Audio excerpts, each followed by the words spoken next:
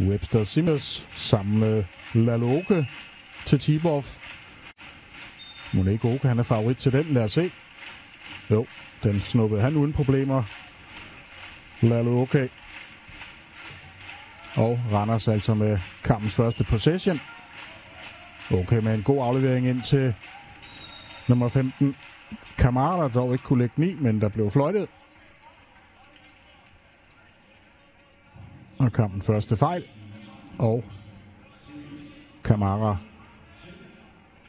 går klar til at smide fra linjen.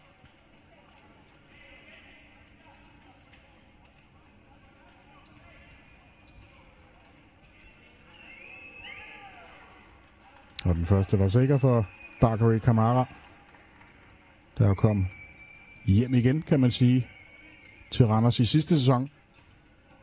Efter han jo havde været der, så røg en tur udland, så fandt han altså vej til Randers igen. Og han er sikker.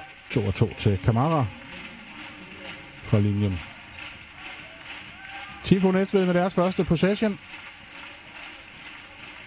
Starter med en lækker træer ude fra siden der, og så er de foran. Det var noget, der vagte jubel i hallen. Og det var Webster Simmers med de 3.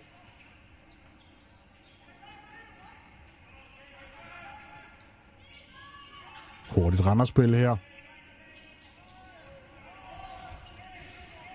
Anderson på spil. Bær om ryggendribling. Afslutning.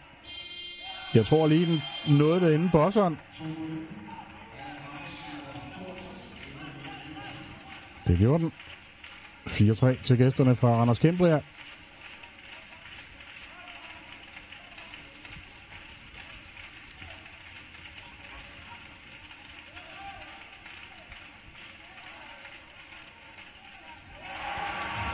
Say Williams. 6-4. Ja. Kan man lave 3 hver gang man er i angreb, så er man i hvert fald godt stillet i basketball. 2-2 for den store bue af det hjemmeholdet. Fejl.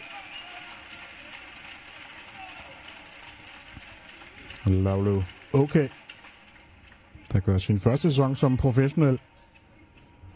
Kommer fra Montana College. Okay. Og så skal der lige tørres op.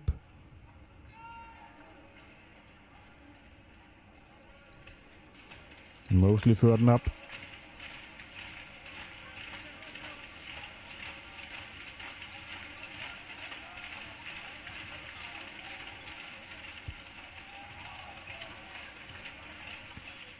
Ja. Misforståelse der. Og Randersbold.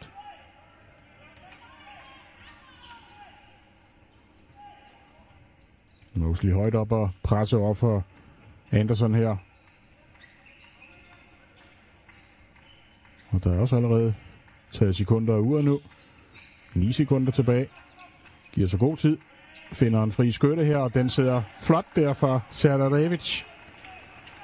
Første træer til Randers, og så er de foran igen. Mosley går mod kurven og lægger den også flot i. 8-7. Det er frækt spillet, men måske også lige for frækt til slut.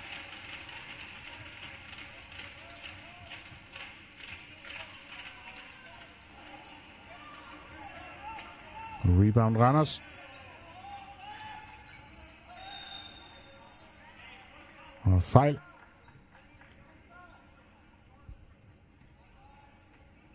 Så Williams tror jeg fik den.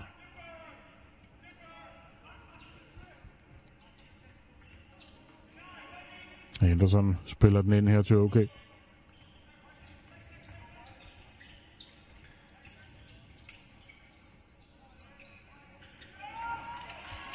Ingen point denne gang til Randers Cambria.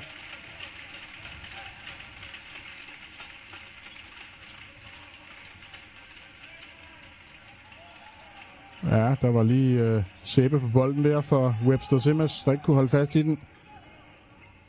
Og hurtigt Randerspil. God aflevering, og den skal ned, og det kom den også fra OK.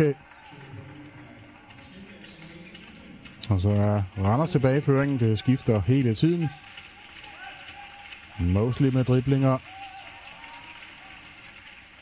Stort skud her, men lige knap og nap for Webster Simmers.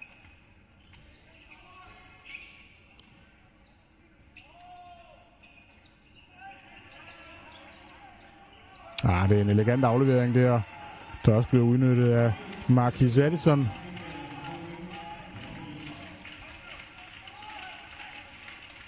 Pointsføring til Randers.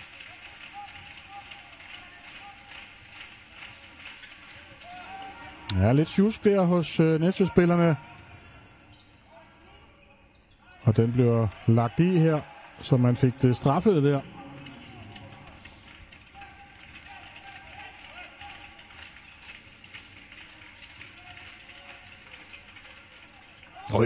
Fik vi lige en stor fluesmækker her. Okay også. Svær detalje her, men Mosley får den altså. Angrebsfejl, tror jeg.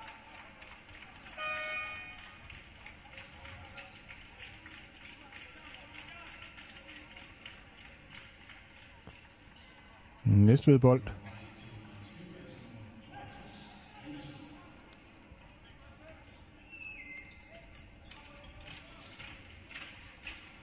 David Jean-Baptiste med kuglen i næverne.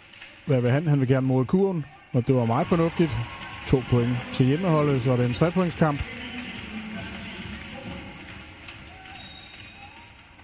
Ja, fejl af Baptiste.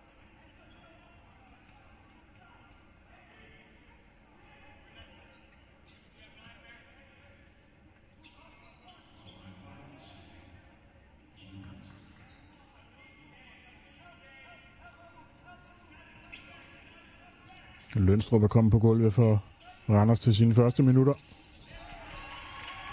Og så Rønnehold, der kommer ind. Og hos Næstved, der er nummer 12, Max Rice, også kommet på gulvet til hans første minutter sammen med Vice Nosek. Ja, der bliver byttet flittigt. Nu skal der skiftes lidt og roteres. Holden Redpath også ind. Og det samme er Lukas Meyer Christensen med nummer 15 også kom ind for hjemmeholdet. Så nu er der altså mange friske spillere på gulvet for begge mandskaber.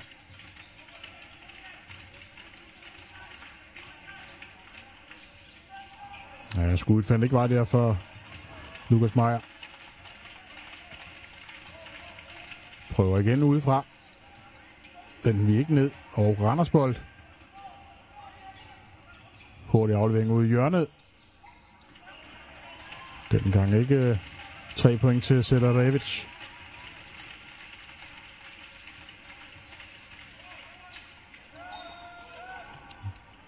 Næste bold. Nosek, der skar igennem forsvaret. Den store hollænder, de har hentet Team Fogh.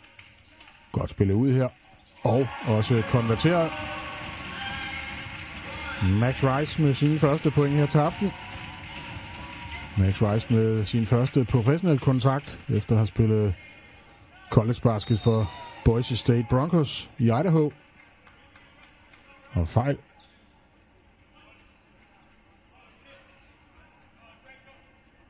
Han blev liggende der. Anton Lønstrup skal spille den ind.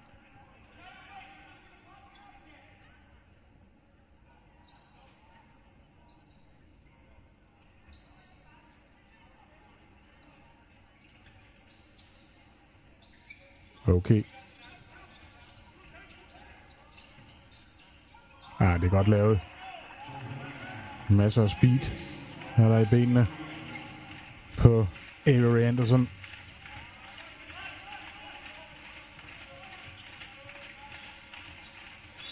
Fejl. Ingen scoring.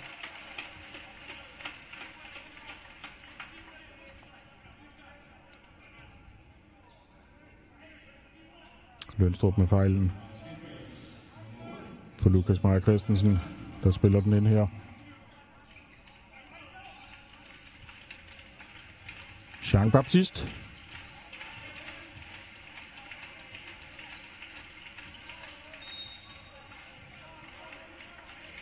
Rønneholt trækker en fejl.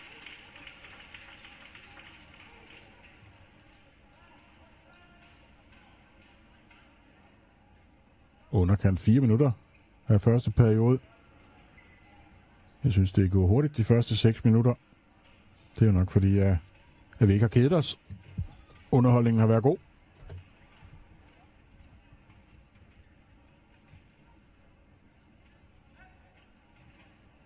Den vil ikke ned for Holden Redpath.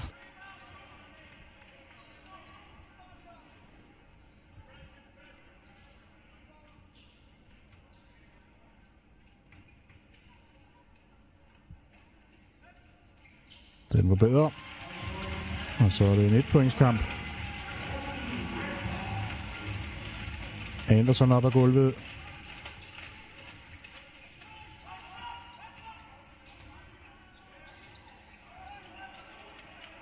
Og hvem fik den rebound? Ja, okay selvfølgelig. Fristes man til at sige. Rønneholt på jagt. God rebound af Lukas Meyer.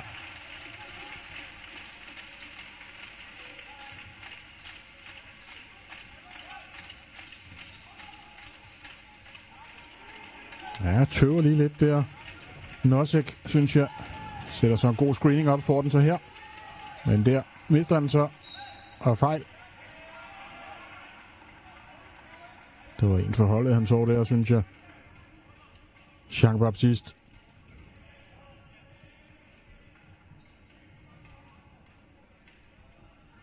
Og Avery Anderson på linjen. Randers' topscorer så langt i sæsonen har altså snittet over 27 point i de første 3 kampe. Avery Anderson her, som de altså har fået fra TCU i Fort Worth i Texas til hans første professionelle kontrakt. Avery Anderson på linjen her. Det virker som godt scout. Det har set der. Anders Kembrier i Avery Anderson.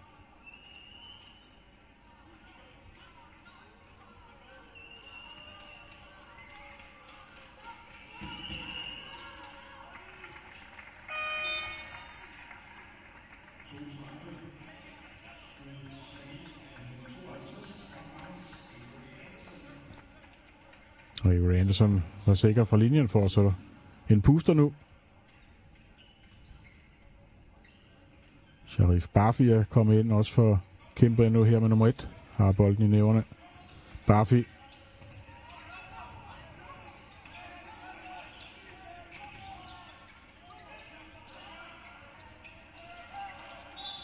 Det bliver dømt til næste bold.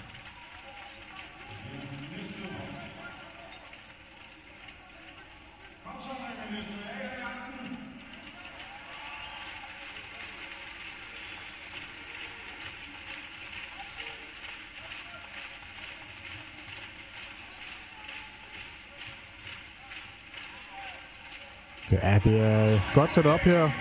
Gregory Elliott med pointene. Fin aflevering fra Lukas Meyer Christensen. Der ser en helt fri Elliott ude i siden.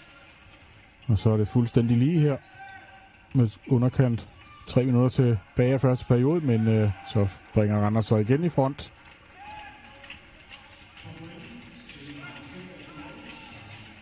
Barfi mørte. Ja, træerne finder ikke vej så meget i øjeblikket, som de gjorde tidligere i kampen.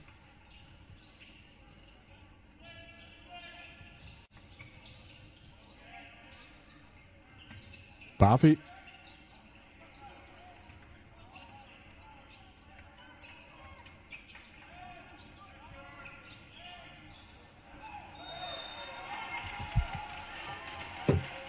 Godt spillet.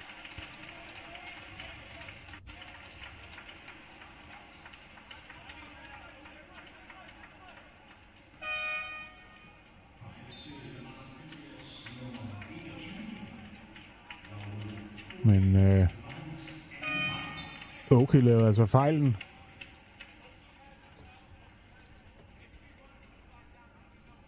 Og ikke noget på det spil.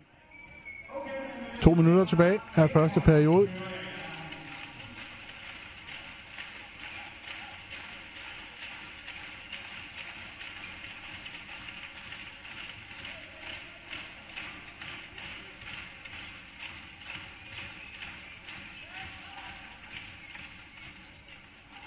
Ja, der er tæt trafik derinde. De vinder den dog til slut. Næstved. Er der så fejl der også? Ja. Det var der åbenbart. Jeg tror, det er også Kvalm, der laver den.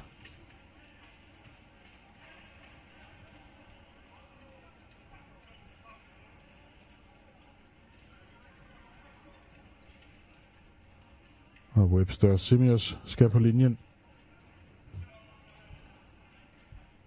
Simios, der senest har spillet i Grækenland. Sikker på den første.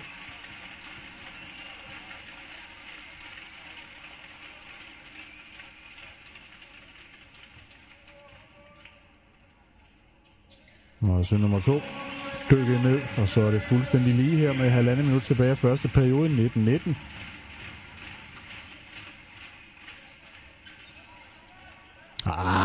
Værsgo og tyk, siger jeg bare. Et par hurtige driblinger, så op og smadrer den i. Godt lavet. Ja, Marquis Addison.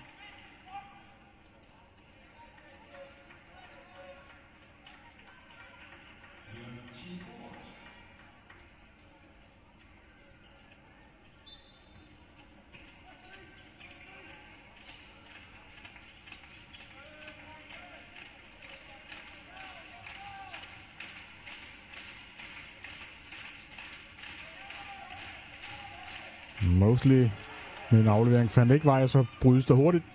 Buffy.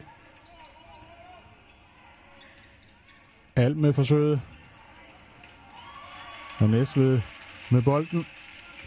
Hurtigt spil. Fejl åbenbart her. Kamara.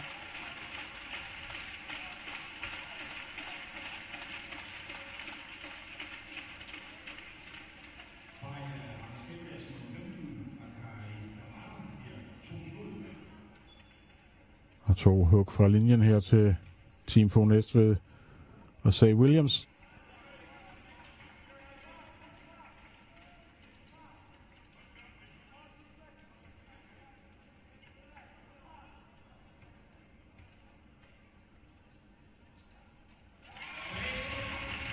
(20-21).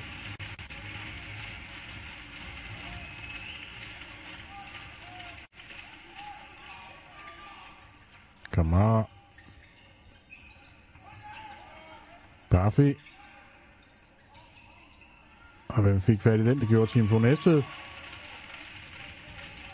De spiller hurtigt. Stepper ud over linjen til 3. Værsgo.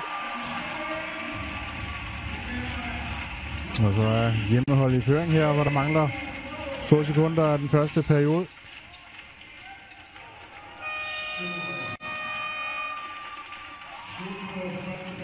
Og slutter altså på første periode her. Klokken på grafikken hang åbenbart lidt efter. Det er ikke noget, vi kan gøre noget ved, men 21 efter de første 10 minutter. Vi skal sætte de næste 10 i gang.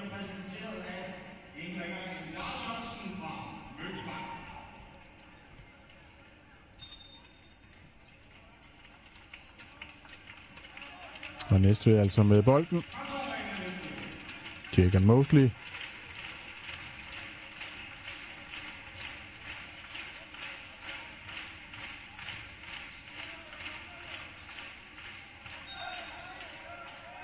Det var den skridt her på Caleb Huffman.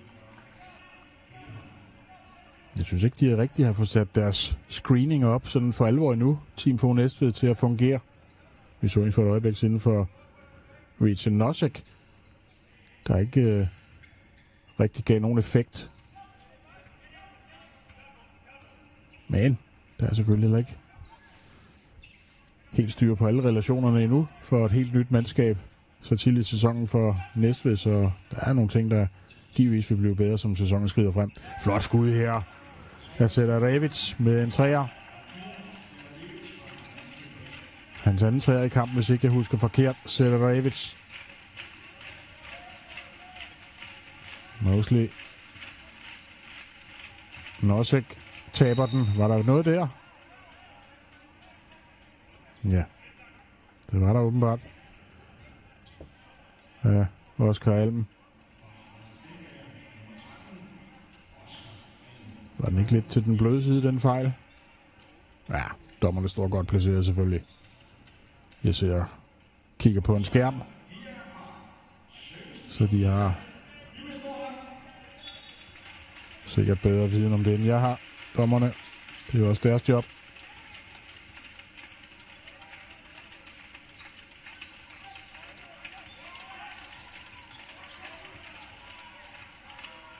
Så mangler der få sekunder på uret, og skuddet blev også taget, men kunne ikke komme ned. Og kæmper jeg med kuglen. Kamara fik den ikke ned, men får en ny mulighed.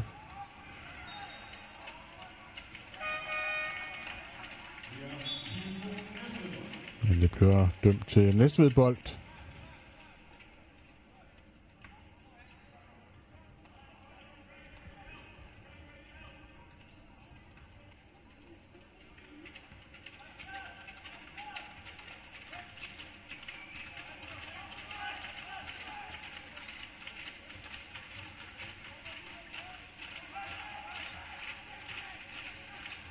Et godt forsvarsspil her.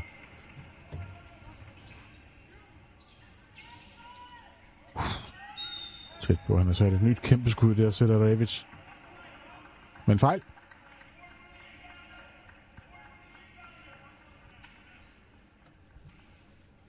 Marquis Addison spiller den ind.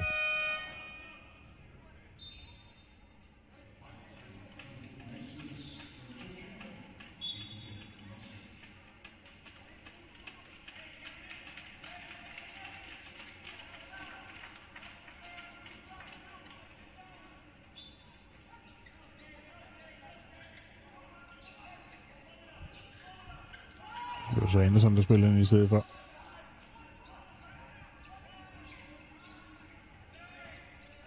Hvad så? Finder et skud her. Avery Anderson og 2 point mere til ham og Kembria. Ja, elegant spiller, Avery Anderson. Kæmpe kup, de har scoutet der, vil jeg allerede sige. I Anderson.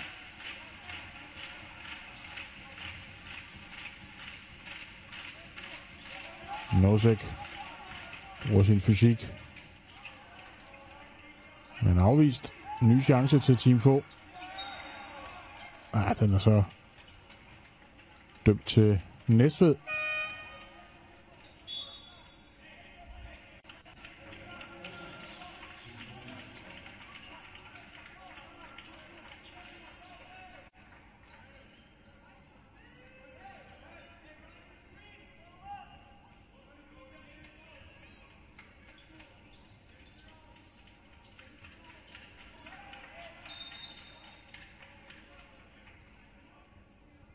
Ja, jeg gør ikke noget, siger han Selarevic.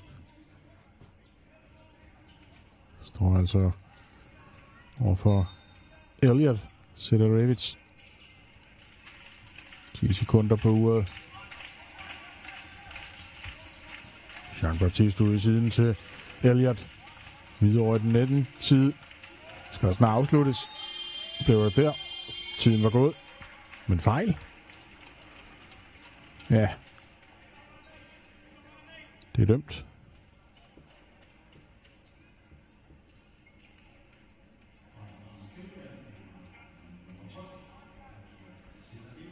Selarevic fik fejlen.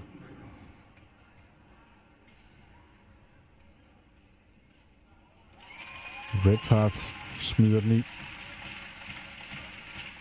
Sidste sæson spillede han i Tjekkiet. Holden Redpath. Og en mere. 25-26. 1 points kamp igen.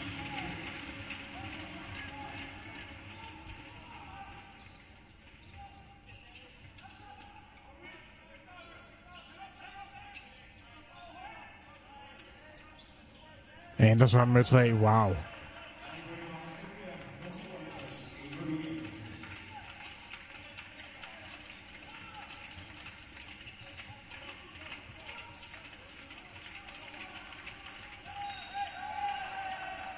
Randersbold.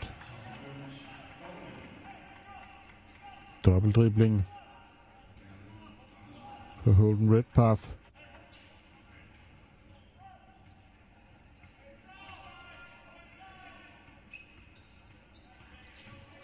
Prøv lige at se, hvor hurtig han er. Anderson. Det er helt vildt.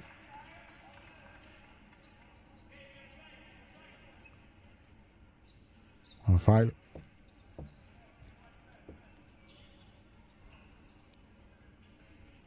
Og Anderson på linjen.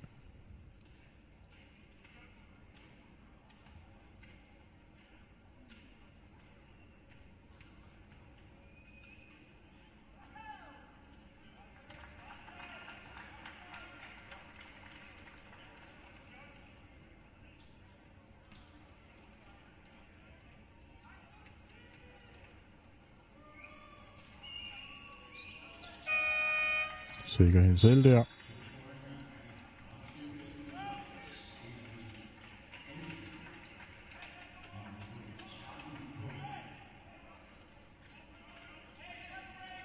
tror lige, der var lidt ved dommerbord, de lige skulle have styr på dommerne, men vi er videre nu.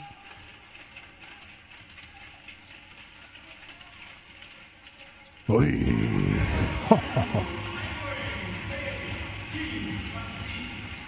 Det var en dyb en af slagsen, den træer der for Jean-Baptiste. Så mister de den Randers. Og 2 point mere til hjemmeholdet, så er der igen blot et enkelt point, der skiller dem. Og så blev der kaldt en timeout hos Randers Cambria nu. De har lige været foran med 6.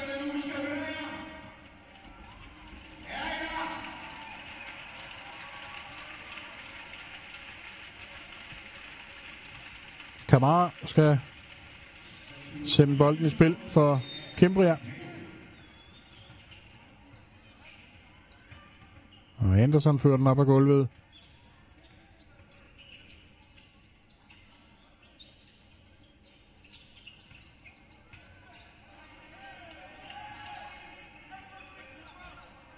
Addison mod kurven. Får også releaset sit skud, men uden point. Men Randers får bolden. Vi er snart halvvejs her i anden periode. Og det er så tæt, som vi havde håbet på, så vi kan få en spændende kamp. 30-31. Her der mister han den der. Anderson, det kan blive kostbart. Det gør det. Smadrer ned af Webster Simios. Og så hjemmeholdet i føring.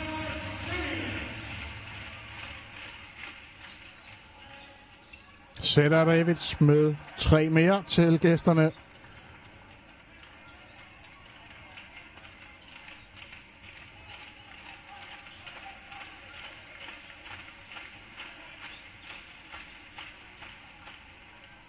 Ja, svært skud.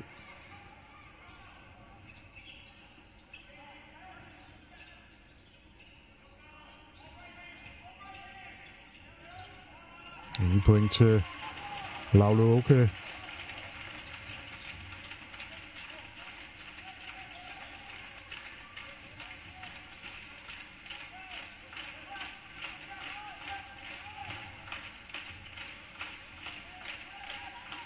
Fem sekunder på klokken, så skal der ske noget snart. Ja, svært der for Elliot.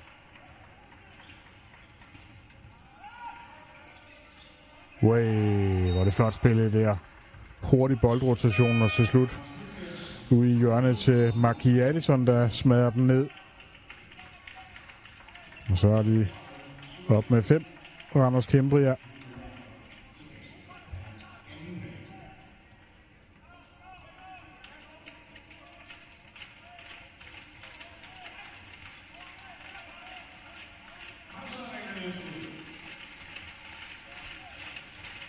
Jean-Baptiste ud til Lucas Meyer.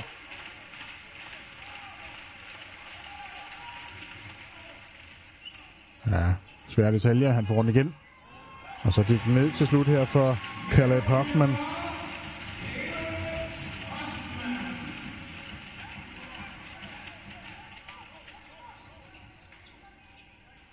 Og Anderson, han fortsætter med at producere for gæsterne.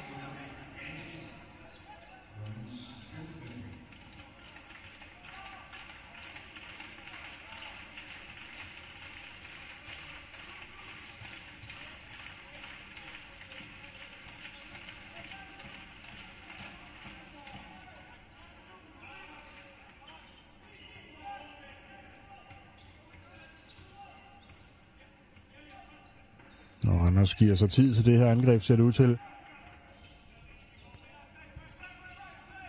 Ja, det er sådan. Ja, lidt chance og mister også kuglen. Layup blev misset, men fejl.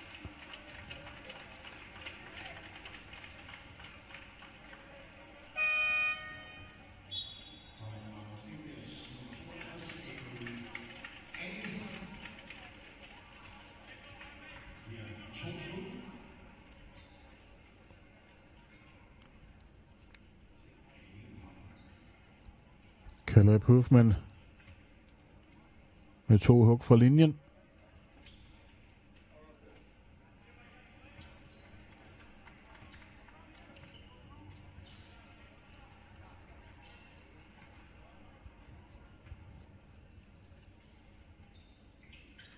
En af 2 til Hoffman.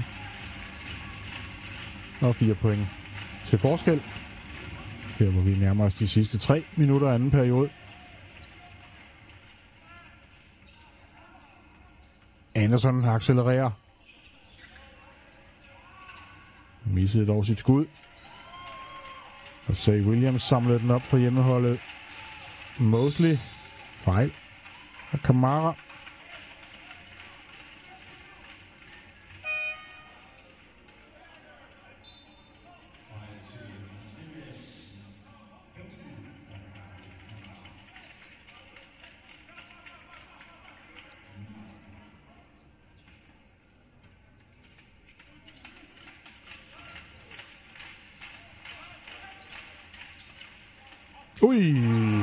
Caleb Hoffman med en flot træer her.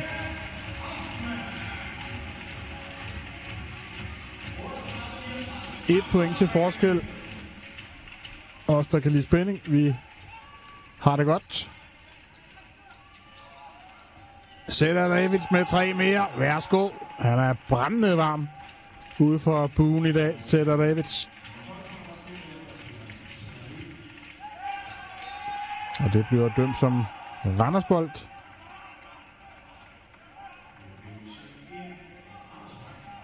Selvfølgelig vigtigt at slutte perioden godt af for begge mandskaber. Det er logisk.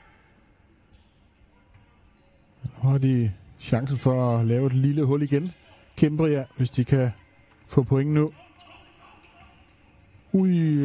Chance til aflevering der. Og fejl.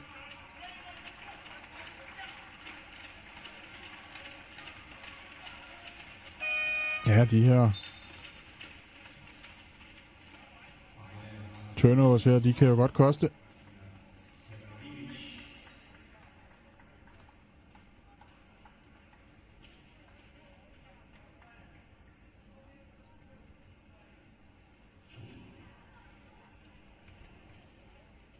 Redpath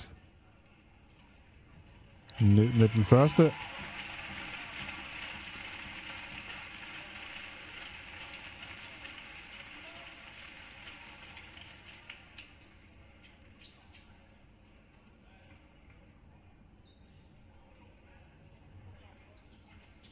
Den anden er så ikke med, og okay med rebounden. Selvfølgelig fristes man til at sige. Det er altså ikke overraskende. Det er ham, der får fat i dem. Han er ved at drible sig lidt i problemer her, Anderson. Han får trukket en fejl.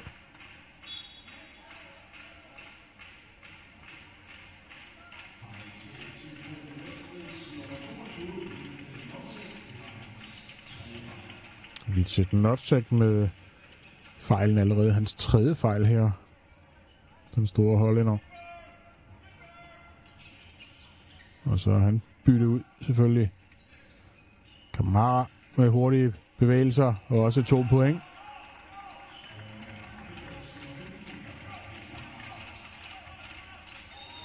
Ja, ny fejl. Hoffman blev fejlet.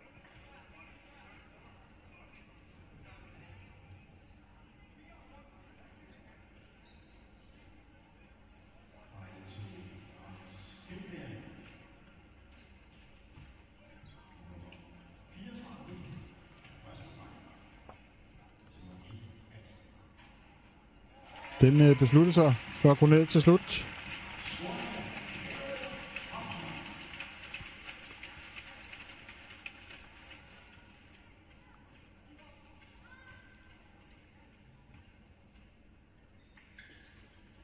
To til Hoffman denne gang.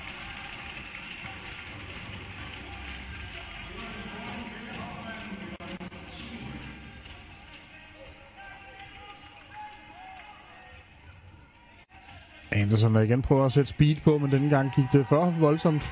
Og så mistede han den. Ui! Det var et skud for udligning, han fyrede af der, Hoffman. Men Randers med bolden. Der er ro på, bliver der lige sagt i Randerslejren. Skal man lige have sat det rigtige spil op her til slut. Alm.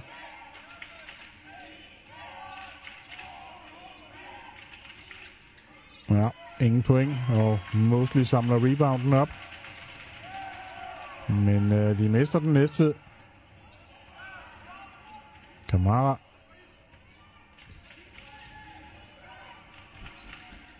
Addison dirigerer. Og Skralden skal sætte screening. Addison ude fra hjørnet. Nej, Mosley samler op igen. Lidt over 30 sekunder tilbage på uret. Mosley snurrer rundt for afsluttet, men ingen point. Der er en hektisk fase her i afslutningen af anden periode. Og Randers, de giver sig tid nu.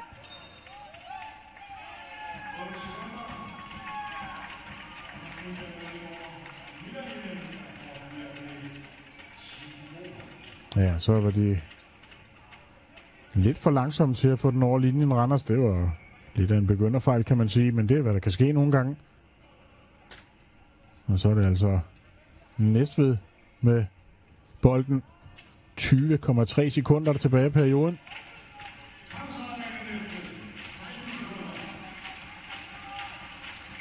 Mosley med aflevering ude i siden. Der blev skudt også, men ingen point. Hvem samler den op? Det bliver dømt til Næstved.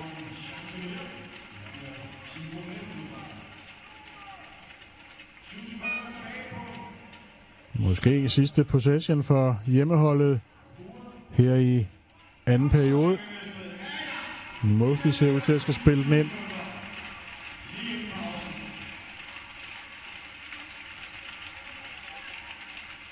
Så kommer skuddet. Det var hurtigt.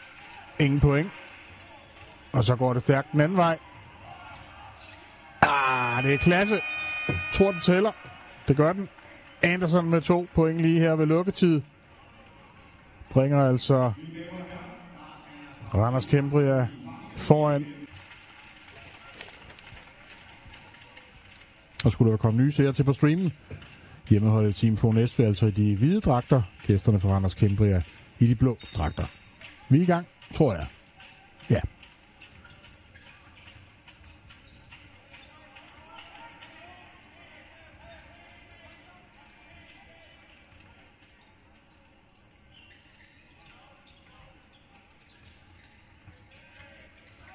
Sætter Davis bakker lige ud for at tage skuddet.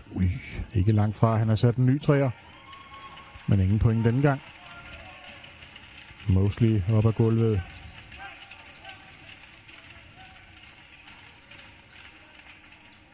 Ja. Afvist det skud fra Say Williams.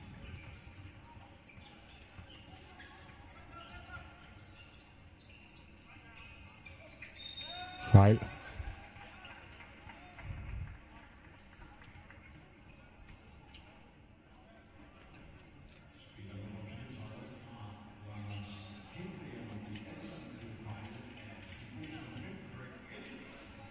Elliot kan ikke forstå noget. Han lavede den fejl. Men det gjorde han altså.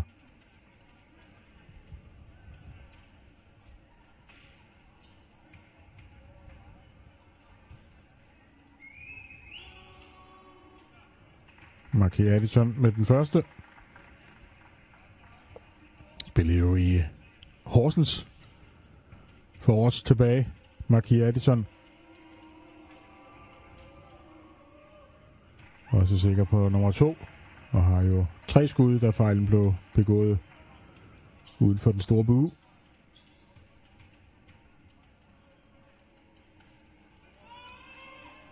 Og 3 af 3. Sådan skal det gøres.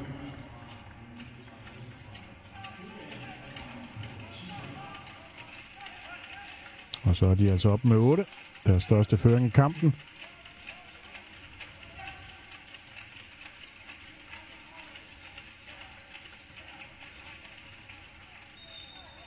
Mosley trækker en fejl.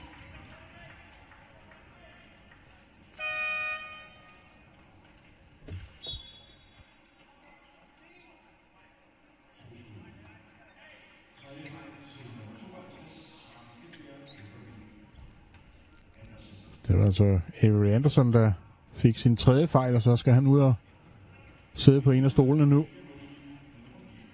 Ja, også tidligere samlet 3 fejl op for Randers topscoren. Mosley sænker det første skud.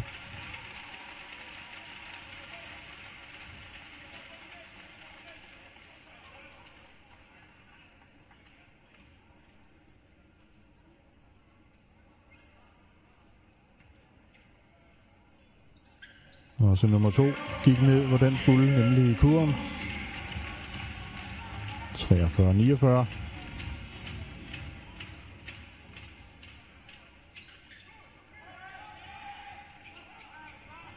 Kamara ind til Oki, der dog ikke kan lægge den i. Godt forsvarsspil af Team Fogh Næstved. Mosley med hurtige fødder op ad gulvet og lægger den også fint videre. Og 2 point til hjemmeholdet ved Caleb Huffman.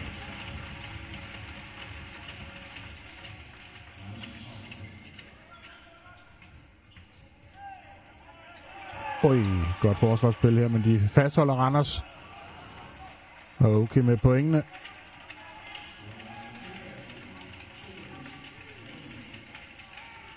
Og så er han varm og hurtigt på fødderne. Huffman med 2 mere. Lækker aktion af ham.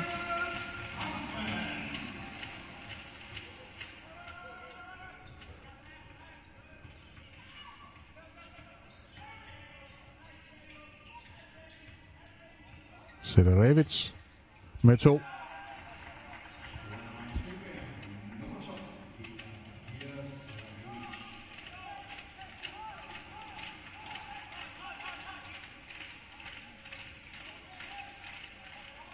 Og 3 til Team Fogh. Så er de ved at have kontakt. 3 point til forskel nu. Og det var Caleb Huffman igen.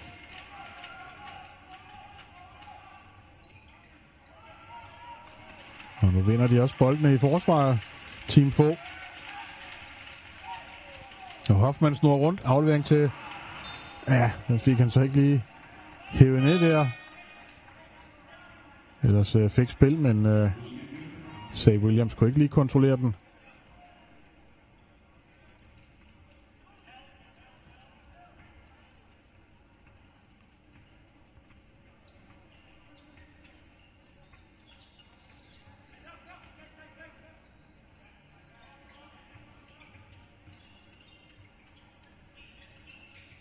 Okay.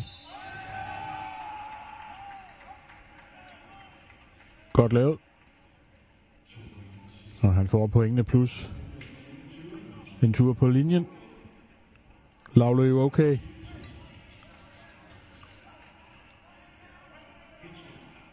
Der indtil videre også virker som godt scoutet, vil jeg sige. Okay her.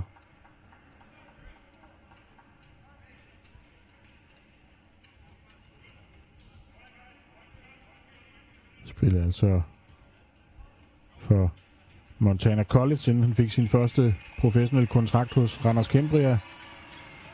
Og den gik også ned. Og så er de op med 6. Kæmper jeg.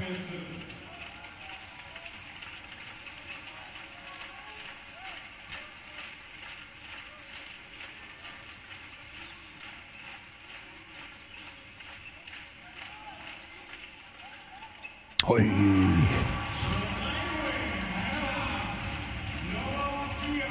Ja, så ikke en anden halvleg, han har sat i gang. Caleb Huffman. 3 mere. Jeg synes, det var ikke det nemmeste skud, han valgte at tage, men den var god nok. Og Lønstrup laver en fejl, tror jeg, på Elliot.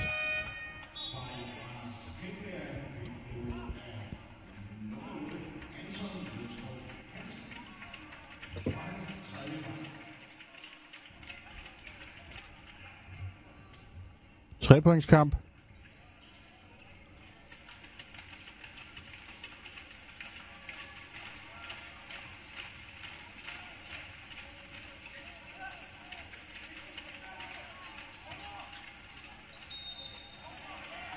Og fejl.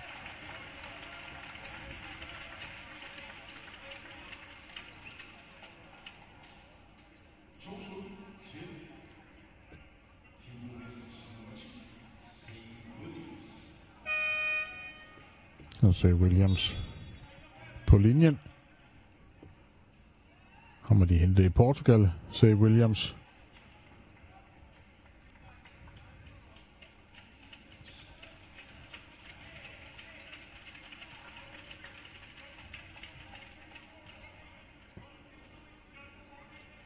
Og så er han klar til at eksekvere.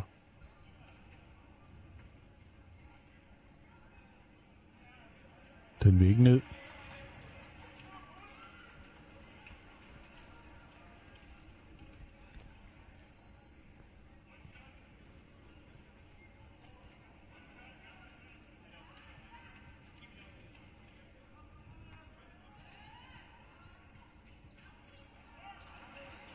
Ingen gevinst til Team Fogh fra linjen denne gang. Stadigvæk en trepointskamp.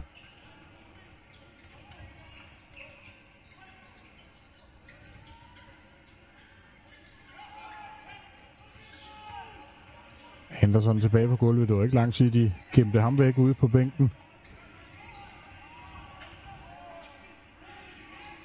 Så er der pres på klokken. Afslutningen var god. Besejrer lige i uret. Og 2 point til gæsterne. Hurtigt skud her, den var med succes fra Jean-Baptiste.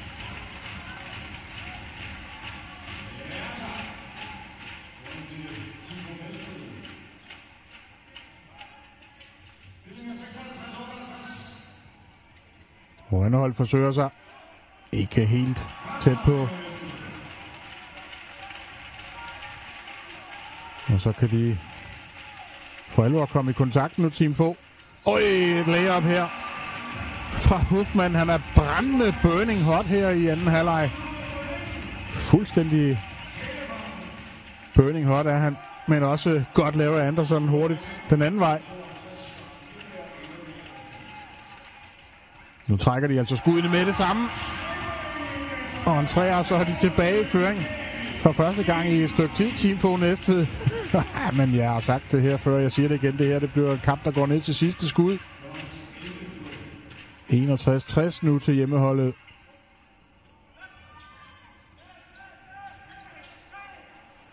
Luftbold, men Rønnehold samler op. Fortsat Randersbold, tror jeg, eller hvad?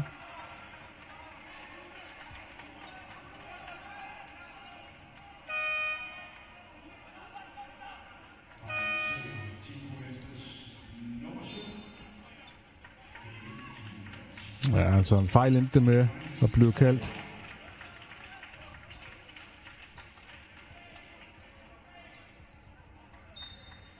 Lønstrup spiller den ind. Henderson. Han faker lige en aflevering, og så går han altså mod kurven elegant. Avery Anderson.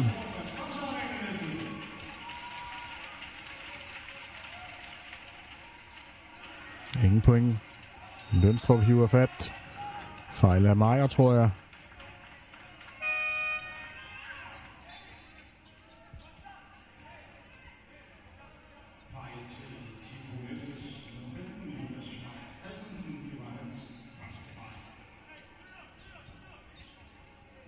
Barfi tilbage på gulvet for gæsterne med nummer 1 på ryggen.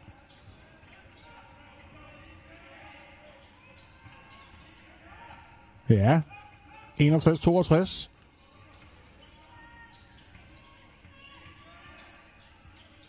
Kamara fik den ikke ned. Han blev dømt som næste bold. Den kunne jeg nok ikke lige se, skal jeg være ærlig at sige. Men som jeg sagde tidligere, de står godt placeret, dommerne. I forhold til, når man lige kigger på en skærm, som jeg gør, og I andre også gør. Jeg der kigger med. Men 61-62. Underkant 4 minutter tilbage af tredje periode. Det bliver tæt, det her.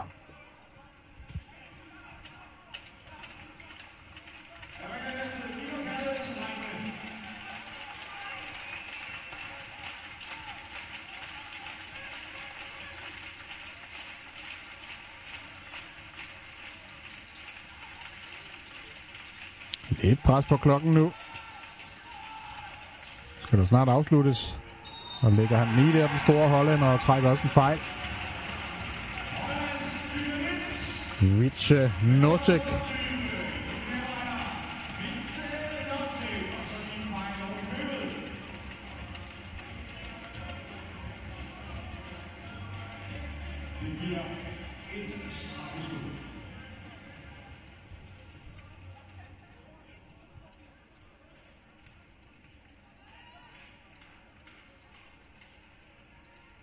Ja, den ramte han så ikke.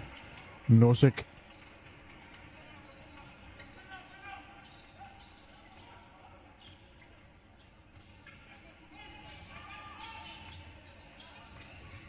Kamara. Og fejl af Meyer.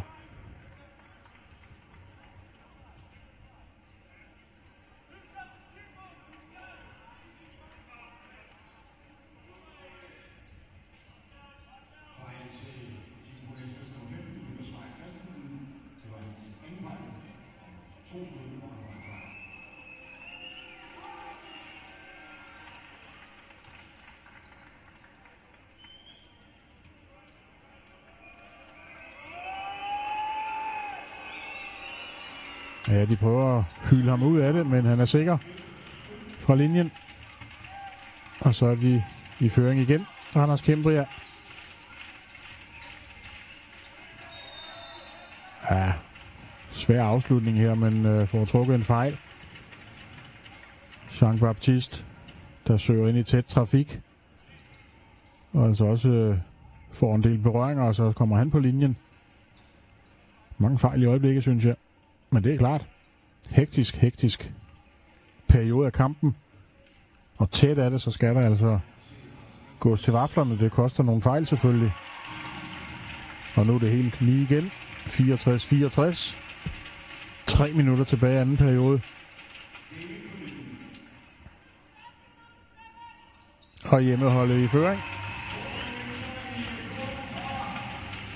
Klokken på grafikken hænger lige nogle sekunder efter, skal jeg lige gøre opmærksom på. 2:48 tilbage, kan vi se. Stort skud her. Oj, den var god. Kæmpe scoring her. Barfi med et stort skud. Stort skud her også. Ja! Ja, det er fedt med de her store skud. Jean-Baptiste var det. Bølger fuldstændig frem og tilbage nu.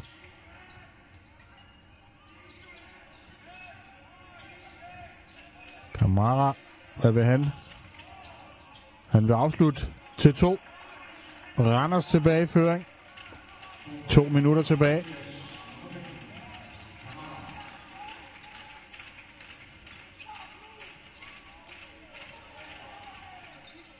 Ui, stort skud igen.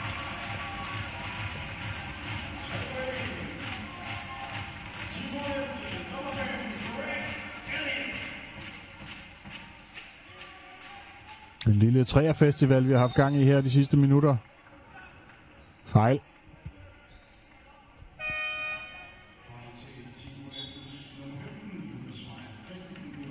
Lukas Meyer med en fejl mere, så blev han byttet. Say Williams kommer ind på gulvet, også Jagan Mosley tilbage på gulvet for hjemmeholdet.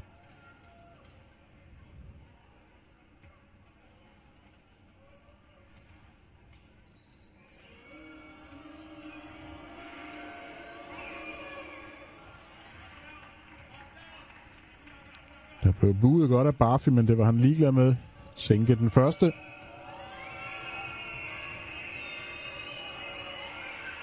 Og den næste også ned uden problemer. 71-71.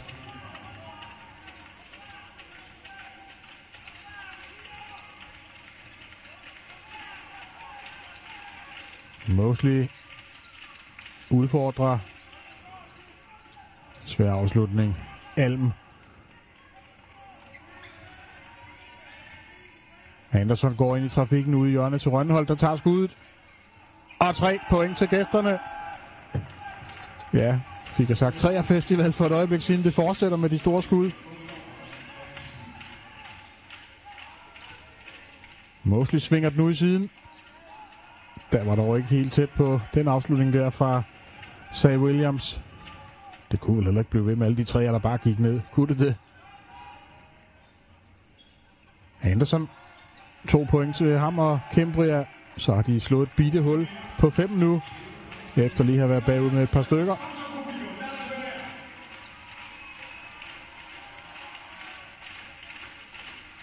Mosley dirigerer lige sine kammerater. Nosek skulle sætte screeningen op. Får den så her. Øj! Kan altså også skyde den store hollander.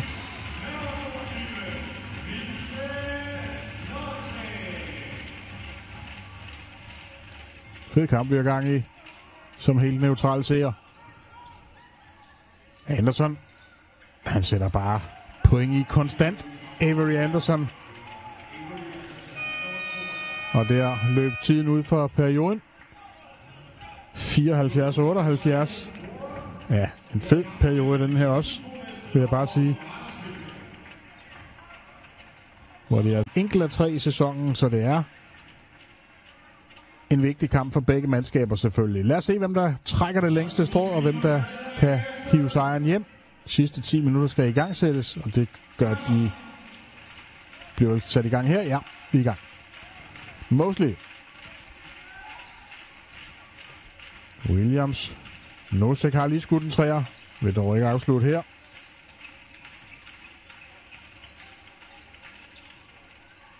Ui, flot skud. Og 2 point afstand. Og det var igen Caleb Hoffman.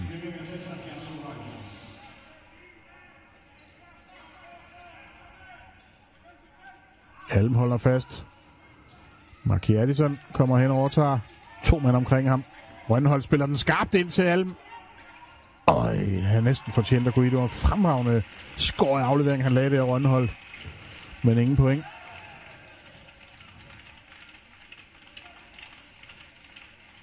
Og så er det altså Næstved med chancen. Mosley tager den selv mod kurven, blev fejlet. Ingen point, men kommer på linjen. Så kan han altså udligne kampen nu, hvis han kan sænke sine 2 forsøg. Jagan Mosley.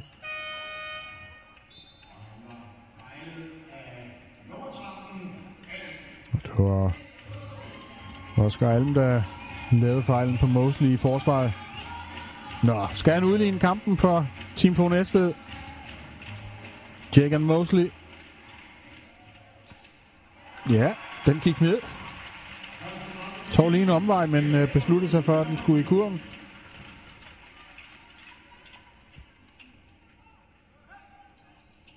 Og den var også god, så er der fuldstændig udlignet nu. 78-78, resterer 9 minutter.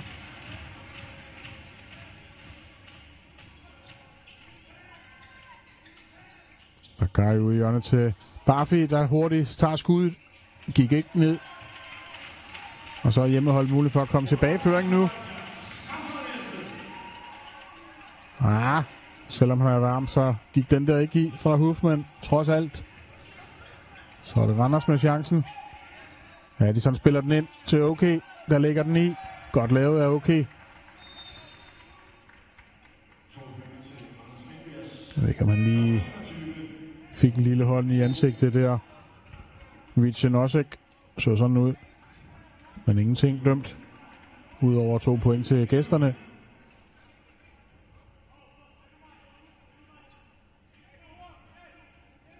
Sætter Revic tilbage på gulvet for Randers nu med nummer 12 her på ryggen. Og skal han måske ind og tage et par store skud på et tidspunkt.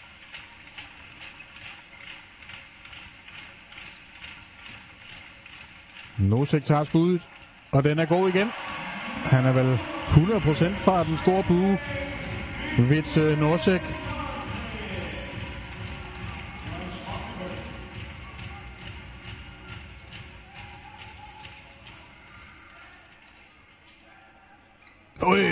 Kæmpe træ også her fra Marquis Addison.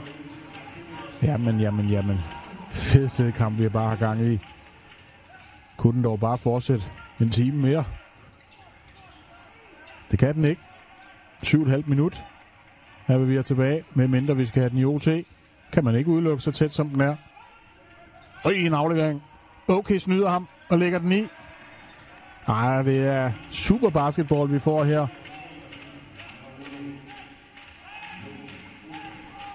Huffman.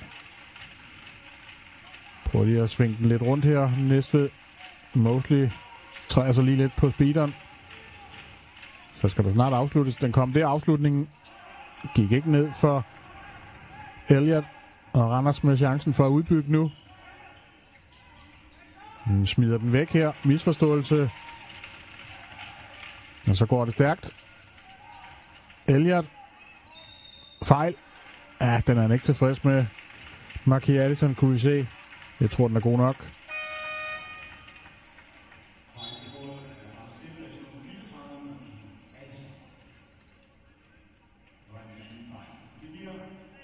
(81-85).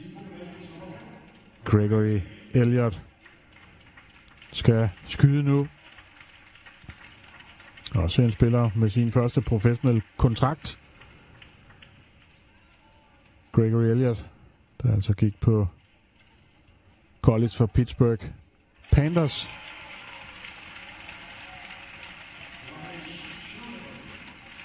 Så er det en 3-pointskamp.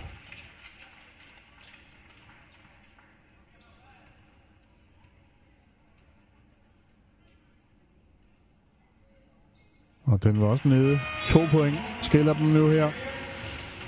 Med små 7 minutter tilbage. 83-85. Det kan bare noget basketball. Får vi endnu bevis på her i aften i Arena Næstved.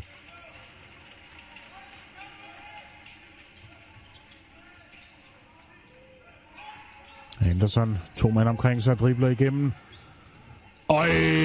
Fuldstændig vild scoring, han laver her, Anderson. Fremragende.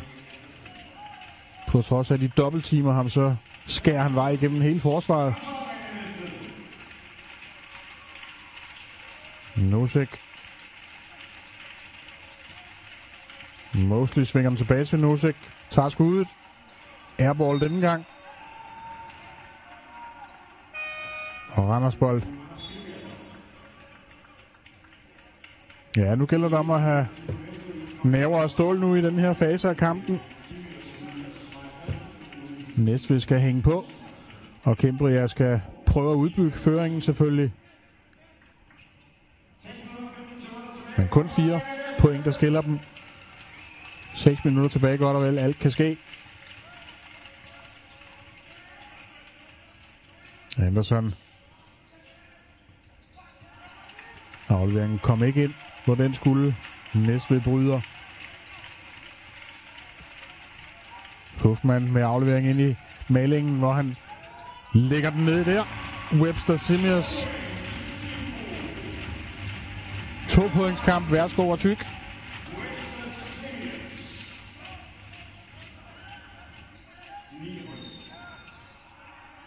Sætter Revis blev sendt i gulvet, efter han satte en god screening.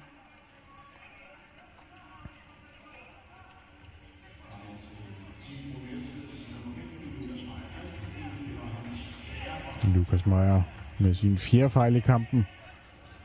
Næste gang så er det i bad, hvis han laver flere fejl.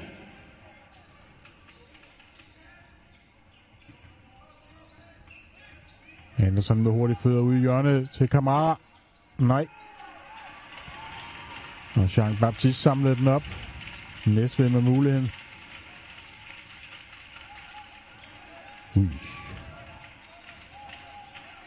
Godt forsvar.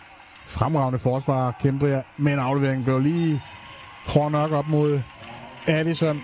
Det er også en god chance for Cambria.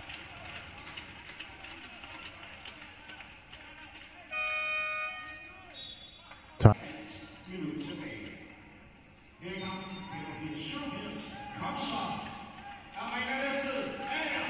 Næstved med bolden. 5 minutter tilbage, godt og vel.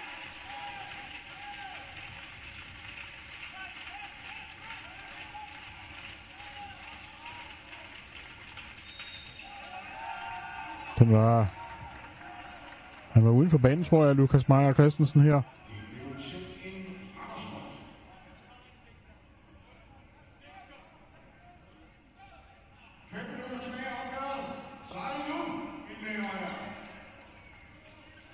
Anderson.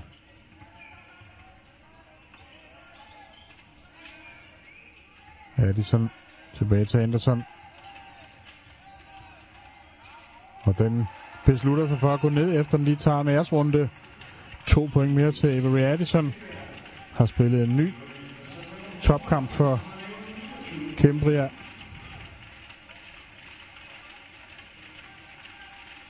Og altså på 29 point nu er Addison. Undskyld. Anderson. Sederevits.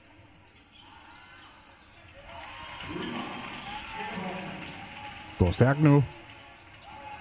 Godt forsvarsspil her, Cambria. 4 minutter tilbage. Skal vi lige have kameraet til at følge bolden. Så bliver der dømt skridt, tror jeg, på Marquis Addison. Ja, lidt irriterende fejl at lave på det her tidspunkt selvfølgelig.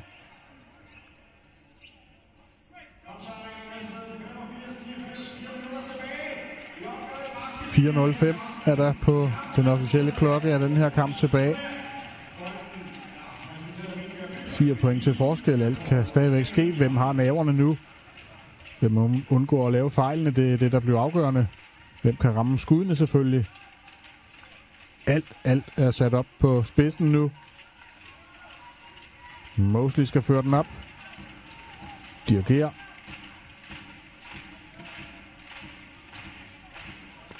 Jean-Baptiste overfor Anderson.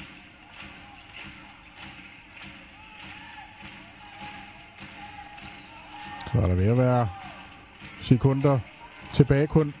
Det er kommet skud, ingen point. Hvem holder fast? Det gør Addison.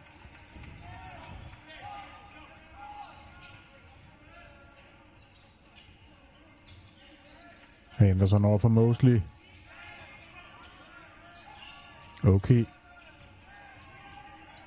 Ingen point. Hvad så der?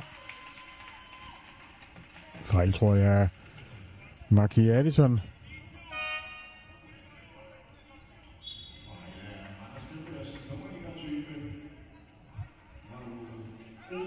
Der blev sagt, det var Lalu okay, der fik den i hallen. Det tror jeg nok ikke. Jeg tror altså, det var Addison, men nok om det. I hvert fald næste bold. Jo, det var okay, der fik den, tror jeg. Markerer han i hvert fald der. En af kampens dommer.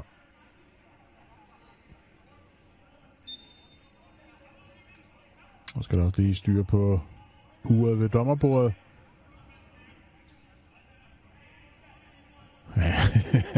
hektisk er det i øjeblikket. Som vi kan lide det. 3 minutter og 19 sekunder er den officielle tid.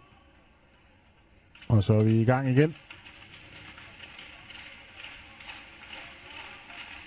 Jean-Baptiste med kuglen.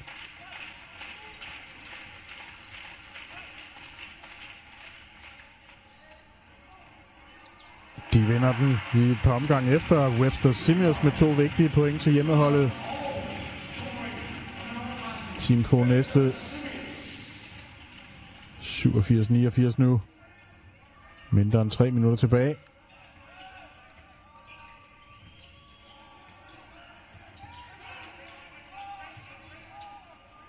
Tre point. Nej. Men de samler den op. Ingen point heller. Fejl. Til gengæld. Men han ærger sig. Okay.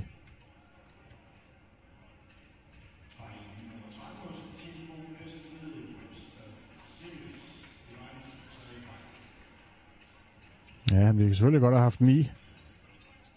Lavløv okay.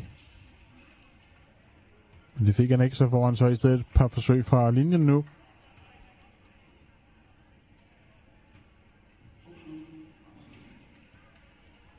Jeg skal lige have sådan noget af bukserne.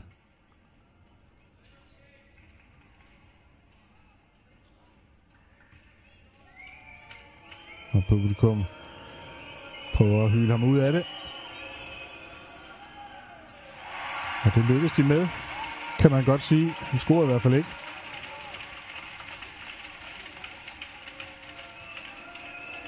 Ja, pres på nu. Men den gik ned. 3 points føring til Cambria. Med cirka 2,5 minutter tilbage. Mosley. Hvad gør de så? Team Fogh Næstved her. Jean-Baptiste overtager den. Tager skuddet. Og den går ned. Kæmpe træer her på et kæmpe tidspunkt i kampen. 90-90. Her er sikkert en kamp, vi har gang i. Anderson dribler. Og dirigerer.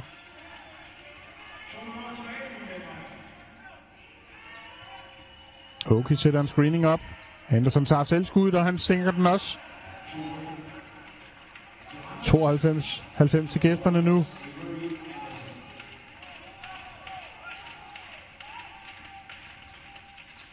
Mosley.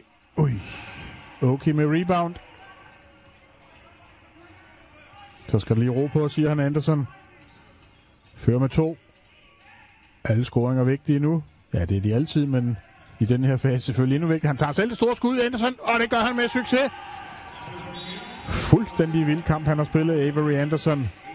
Det må da være årets kup, at de har gjort Randers Cambria ved at hive ham til Danmark. Ja, han er Avery Anderson.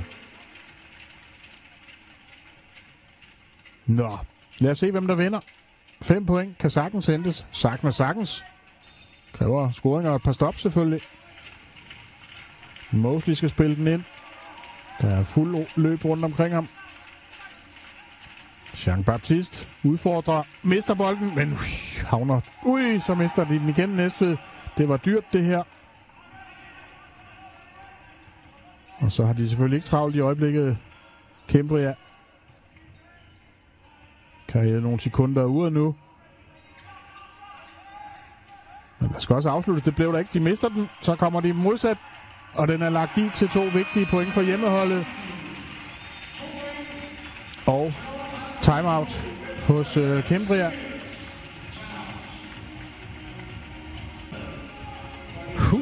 Det er spændende.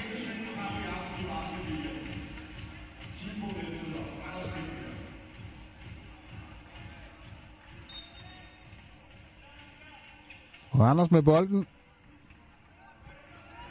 Addison. Anderson overtager. Okay. Sætter Revit står ude i det ene hjørne. Vi har Kamara i det andet hjørne. Anderson gik selv og får trukket en fejl her.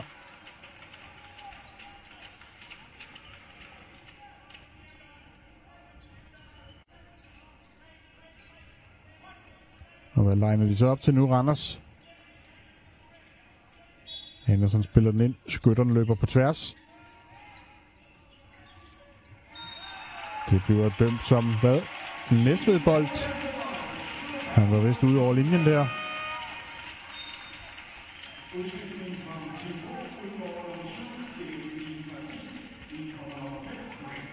Gregory Elliott kommet på gulvet her til afslutningen for Team Fogh Næstved.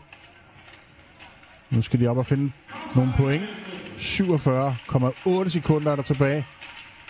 De skal finde nogle point nu, og så skal de finde stop Næstved, det siger sig selv. Lad os se.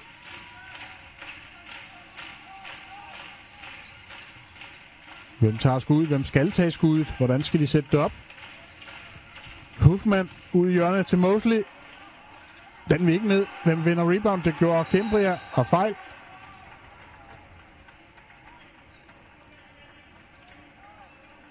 Altså ikke en afslutning, vi får.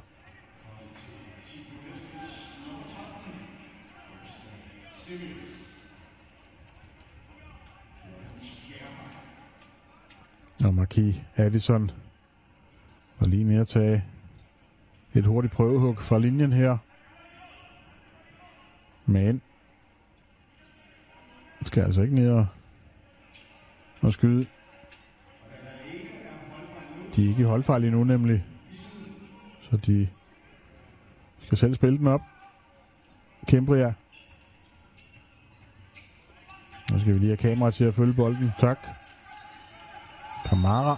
Fejl. Ja. Say Williams markerer for skridt, men det blev ikke dømt. Randersbold. Små 27 sekunder er der tilbage. Vi skal ikke lige regne med grafikken der. Der blev den også stillet op. Tilbage i uret kan vi se. 26,1 eller andet sekund tilbage. Cambria med bolden. Fejl. Ja, de er nødt til at være aggressive nu.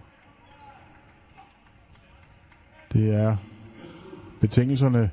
De kan ikke lade Randers spille den rundt og sekunder af uret.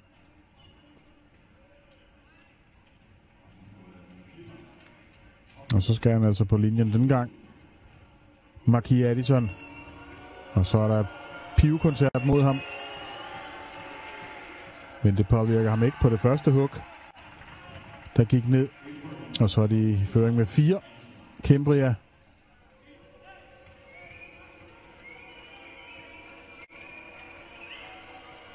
Og nu fører de med 5. Var det afgørelsen, vi fik her? Timeout er der kaldt. Det er fornuftigt. Nu skal det lige snakkes igennem. Man skal op og finde en scoring, så skal man finde et hurtigt stop. Ja, det er de her sejre, de vigtige kampe, man gerne vil have. I de her tætte kampe, der er det altid sjovest at være vinder. Det er det selvfølgelig altid, men altid bittert at tage de her tætte kampe. Mosley spiller den ind. Fejl.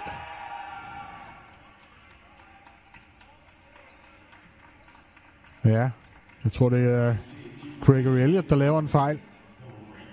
Tager sig til hovedet, det er Elliott. Og det betyder altså Randersbold. Og nu gjorde de da det endnu sværere for sig selv, Team Fon Estved her. 22,4 sekunder står der vel. Marquis Addison spiller den ind. Kamara, hvad gør de næste spillerne? Ja, de skal fejle. Det er de tvunget til. Say Williams var det, der fejlede Kamara. Det er chancen nu at fejle dem, og så håbe, de brænder. Og så skal man selv op og lave point. 20 sekunder er der tilbage. Kamara skal på linjen her.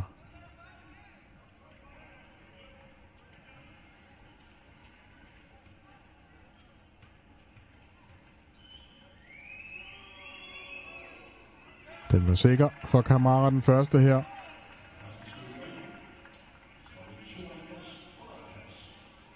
Seks points føring til Cambria nu. Hvis den næste går ned, så er den måske afgjort kampen. Det gjorde den, så fører de med 7. Så skal de skynde sig Næstved. Huffman tager et hurtigt skud. Den gik ned. Og det var altså en 3'er. 4-pointskamp. Så skal der fejles. Det gør de. Det er de nødt til. Hold da op. Så lever den lidt endnu. 12,4 sekunder står der på uret. 4-pointskamp, men Kamara skal på linjen igen.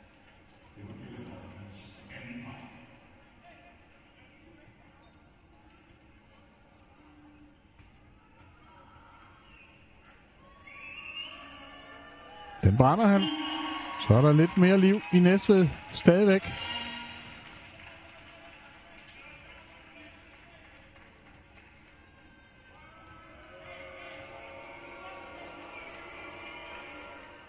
Den brændte han også. Så skal der afsluttes hurtigt. Mosley op ad gulvet med hurtigt før. Lægger den i og får også en fejl. Så er kampen altså stadigvæk i live til det aller sidste skud, som jeg har påstået tidligere på aftenen. Nu skal han altså på linjen, Mosley. Sikke er en afslutning, vi får. Sådan en skøn torsdag aften her fra Arena Næstved. Hvad står der op på uret? Kan vi ikke lige få tiltet kameraet lidt mere ned, så vi kan se, hvad den helt rigtige tid er?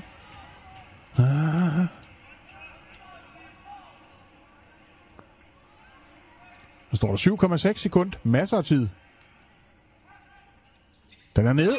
1 pointskamp. 7,6 sekund tilbage. Og så er der timeout. Ja. Voldsom fed, spændende kamp, vi har gang i. 8. Og den her timeout kunne føre bolden op ad linjen. Og Addison skal spille den ind. Og mand-opdækning selvfølgelig. Og der skal fejles lynhurtigt. Her time få. Så skal den snart ind. Det kom den så ikke. Men der er tumult. Ja. 5,5 sekunder står der på uret. Og fejl.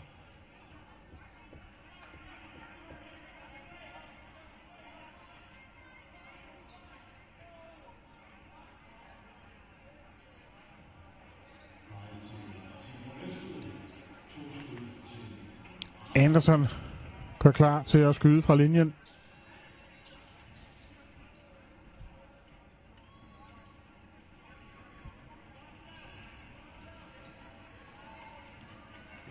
Har altså lavet 34 point. Avery Anderson. 5,5 sekunder tilbage. Selvfølgelig ikke nogen kæmpe katastrofe, hvis han scorer på 1 af 2. Nu satte han den første. Scorer han på den her, så skal de op og finde en træer. Team Fogh Næstved. For at bringe den nu i OT. 2 point mere til Anderson og 3 pointsføring med 5,5 sekund tilbage.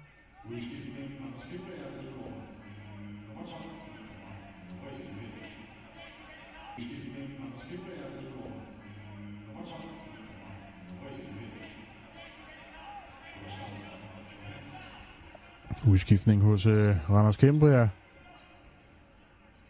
Nå, 5,5 sekund tilbage. Mosley skal spille den ind. Huffman op ad gulvet, hurtigt træer. Den er nede! Ja, men hvor er det vildt. Nu har vi tilbage på uret et halvt sekund. Jamen. Det her, det er da sæsonens mest vanvittige kamp, vi har gang i. Hos Næstved ser det ud til. Okay er blevet sendt et godt stykke op gulvet for Cambria. Der kom afleveringen, så skal der afsluttes. Ja, den så vi så ikke. Men ingen point blev der meldt ud fra dommeren. Der kunne kameraet altså ikke følge med. Og det betyder altså, at vi skal ud i 5 minutters overtid nu. Helt Næstved nu. Inden vi sætter overtiden i gang.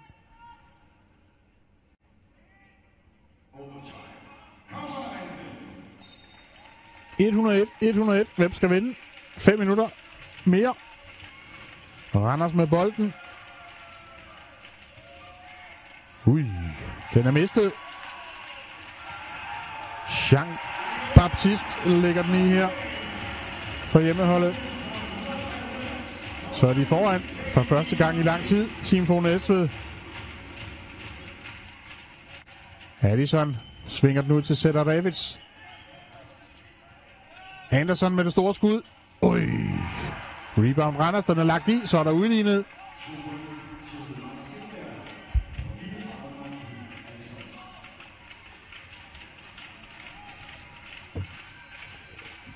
Nå. Huffman, der også har været varm her i anden halvleg, tager et stort skud, og den er i. Så fører de med 3. Team Fogh Næstved. Sikke en anden halvleg, han har spillet Caleb Huffman.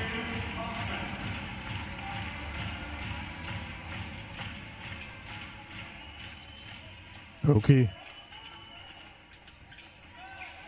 Addison svinger den ud til Sederevic, der fyrer den af. På rammen.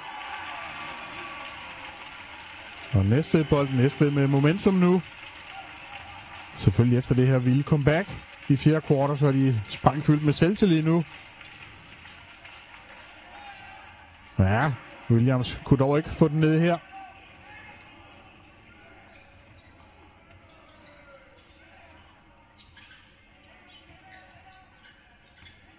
Kamara mister den, eller hvad? Fejl. Ja, der var tæt trafik der.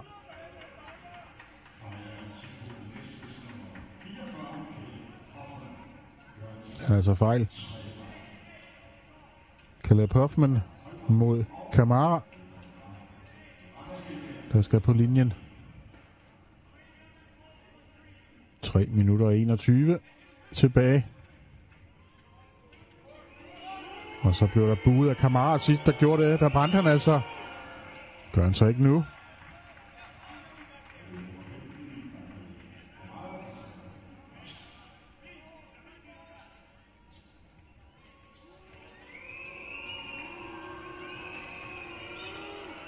Den er nede. 1 points kamp.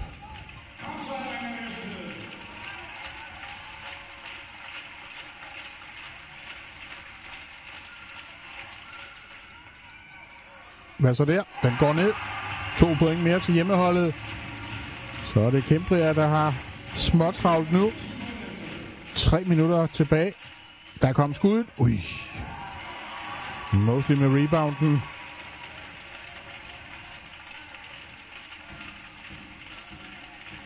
Og Jake Mosley, han dirigerer med sine holdkammerater. Nu er det ikke så travlt. Og han søgte mod kuren og blev fejlet. Mosley. Klog spiller. Jake Mosley.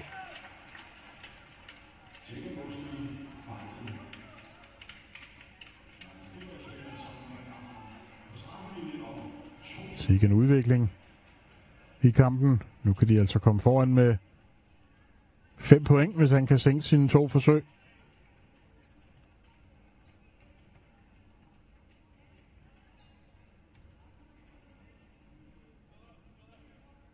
Musestille er der i Arena Næstved. Den gik ind.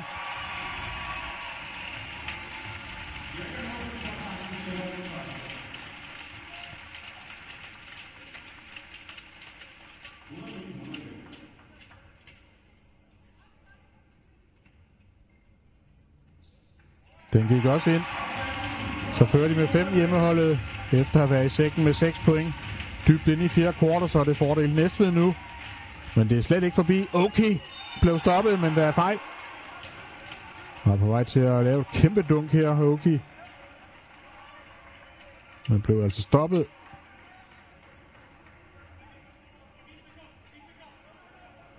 To minutter og 32 sekunder tilbage på det officielle ur over kurven.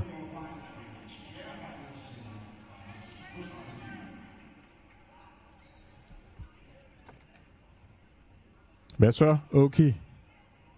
Kan lige spænde bukserne, som vi har set ham gøre hver gang han skal kaste straffe. Et lille ritual, han har der.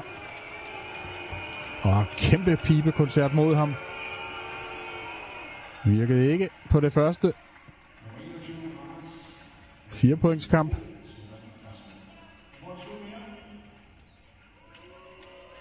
Og ny pibekoncert mod ham. Men det praller af på ham. Så er det en 3 points kamp. Mosley fører den op, som vi kender det. Hoffman. Mister den, Hoffman. Ja, det er sådan hurtigt videre op ad gulvet. Smart lille finte bagud til Kamara, så slynger den videre bagud til Addison. Så skal der ske noget, det gjorde der der. Ingenting. Næstved vinder rebounden. Ja, vel ikke lige det angreb, de har håbet på her, Cambria. Imens der bliver tørret gulv, så er bolden altså op i den anden ende, så det skal kameraet altså følge væk. Kom nu, kamera. Det er altså ubemandede kameraer, der filmer. Hvis I ikke er klar over det. og nogle gange så er det ikke så godt, men for det meste fungerer det flot spil her. Næstved glimrende aflevering af Mosley. Webster Simios med pointene, fremragende assisteret af Mosley.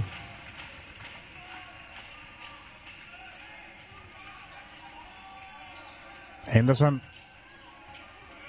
snor rundt ude i siden. Markiatison med 2. 112-109. 1 minut og 25, tror jeg, der var tilbage på det rigtige ur. 1 minut og 16 nu. Huffman dribler, skyder. 3. Nej.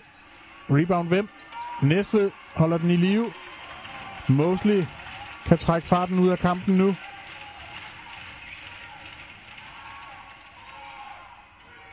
Mister den her. Næstved eller hvad? Nej, de fastholder. Men ja, så skal der lige styr på det hele nu. Starter med, at jeg skal tørre noget gulv.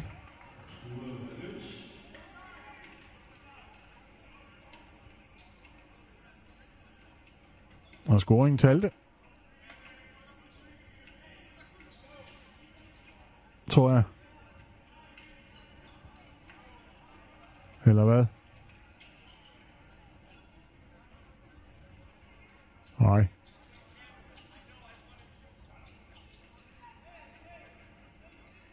Ja, fejl nu igennem. Tør igennem, drenge. Læg kræfterne i.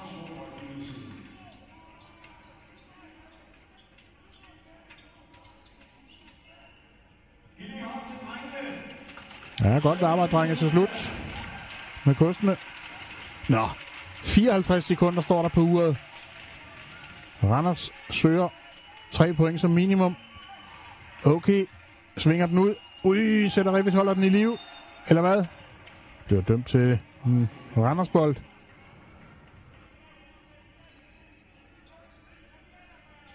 Tiden går.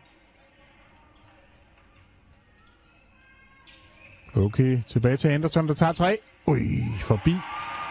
Og rebound. Næstved. Hvad skal de til at fejle nu, Randers, eller hvad snart?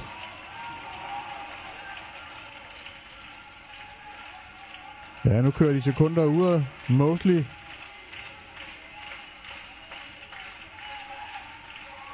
Nu skal der vel snart fejles, eller hvad? Mosley får lov til at gå igennem og lægger den i. Det var nok afgørelsen, eller hvad? Nu fører de med 5, og så er der timeout. Der er lige omkring 20 sekunder tilbage, tror jeg. Skulle man ikke have fejlet noget før der? Eller er det bare mig? Ja, man skal have en hurtig scoring, og så skal man altså have... Ja, jeg vil sige, at man skal fejle med det samme, og så må man håbe, de ikke kan ramme deres skud. Og så skal man selv ned og score igen, selvfølgelig. Kamara spiller den ind. Okay, det skal til at gå hurtigt nu. Sadarevic tager et stort træerforsøg. Den er forbi. Og Næstved bold. 14,4 sekunder tilbage. Det er selvfølgelig ikke helt forbi nu. 14,4 sekunder altså. Næstved skal lige sætte det rigtigt sammen her. Hvem skal ned og spille den ind og så videre. Der kom fejlen. Jeg sætter Revis med det samme fornuftigt. Efter min mening. Eneste rigtige at gøre. Huffman skal ned og arbejde til pointene. Og Randers, de håber selvfølgelig på, at han kan brænde. Og så skal man selv ned og score. Skal man selv fejle igen og håber, at brænder selv og score. Så frem og tilbage. Det er sådan, det er. Men altså fordel Team Fro Næstved nu. Der står der 13,3 sekunder på klokken nu. Caleb Huffman, der ellers har spillet så godt i anden halvleg, kan ikke finde vej til kurven på det her forsøg.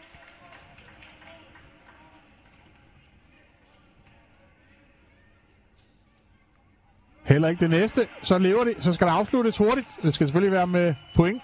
Det kom ved afslutningen. Nej, ingen point. Næstved vinder rebounden. Så skal der fejles af Randers. Det blev der så ikke. De har måske opgivet ævret nu. Og der gik klokken også ud.